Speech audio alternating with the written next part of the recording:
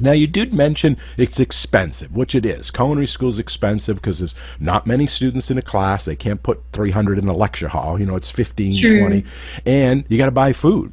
You got to buy expensive food, good food that you can have the students work with. So that drives up the cost, which is surprising for a lot of people. So maybe you could speak to the tuition and how you paid yourself when you went to school and how you made it work and and got through it financially.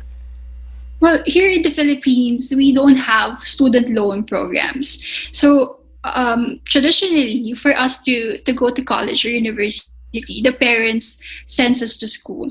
That's why the parent approval is very important because it's the parents who will pay for the school fees. So apart from that, even if you work part time as a student, it will not be enough to go to a culinary school because here, if you will balance it against the normal or average family income, tuition fee is like buying a car. And then the average family income would not be enough to buy a car for a tuition fee every year or for the whole program.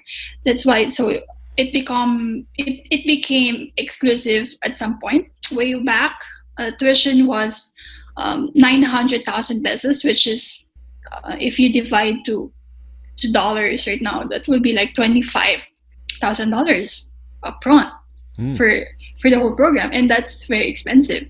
So what happened was, again, the parents would send us to school, and the classmates that you will get are mostly from the middle class to the upper class. It's very rare to find someone who is from the lower class or from a very small average family income to go to a culinary school. So what I did was, initially my siblings supported me, but I had to figure out. I had to get the scholarship for me to sustain the whole program because I took 3 years in total. First year is a culinary program, which my siblings paid, and then for the baking part, which is another 2 years that I had to work on my own, which is the scholarship grant. So the tuition over there is obviously expensive like here, but there is no federalized student loan program where they could borrow the Mhm. money, get the degree, and then once they're out working and bringing in, excuse me, an income, then they could pay it back. Instead, over there, it's obviously falls on the parents who would have the money, so that's their Mhm. savings, right? And they would have to pay the school for that. So that's a big chunk of money at one time to try to help someone to go to school, and especially if they don't think that's going to turn into a lucrative career for them to be able to survive.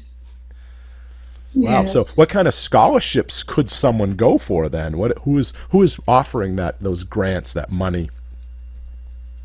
But fortunately now, the schools that have opened are more affordable. A lot of schools with concise and intensive curriculum has opened, and most of them would give a reimbursary, not so much, but it will help. So, for example, in one school that I worked at, they give a deferral payment. Instead of paying the whole or half of the program fee, you can pay 10,000 pesos a month instead until you finish the program, which is like $300 a month. So if you're a working student, you can fulfill that $300 a month because you're working or your parents can help you, which is good.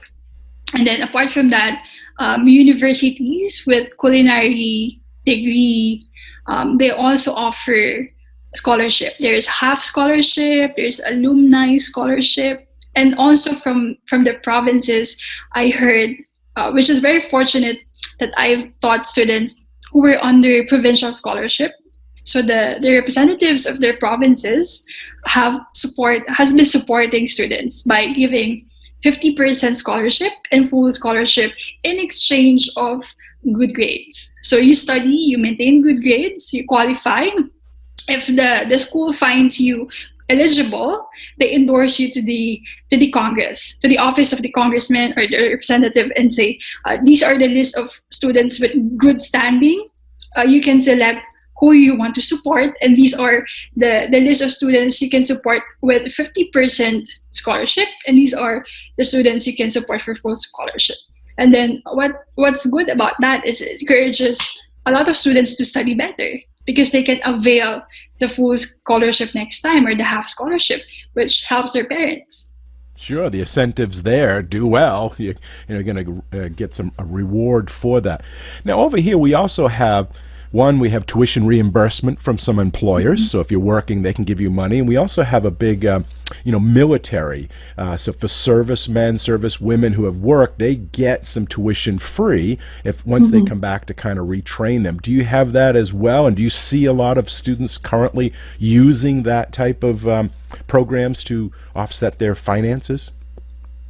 In my experience, I only know maybe 3 students that was a scholar of their bosses, but it's more of a private conversation with their boss. It's not an organization that supports culinary students. And we have military students, but they are from the U.S. I'm not sure about the Philippine military if they have the similar program, but most of the students that we have that were in the military were from the U.S. Good. Yeah, because an educated workforce is so important. So anything that the government or the private industry can do to help, students go to school and to offset some of that finance is so important.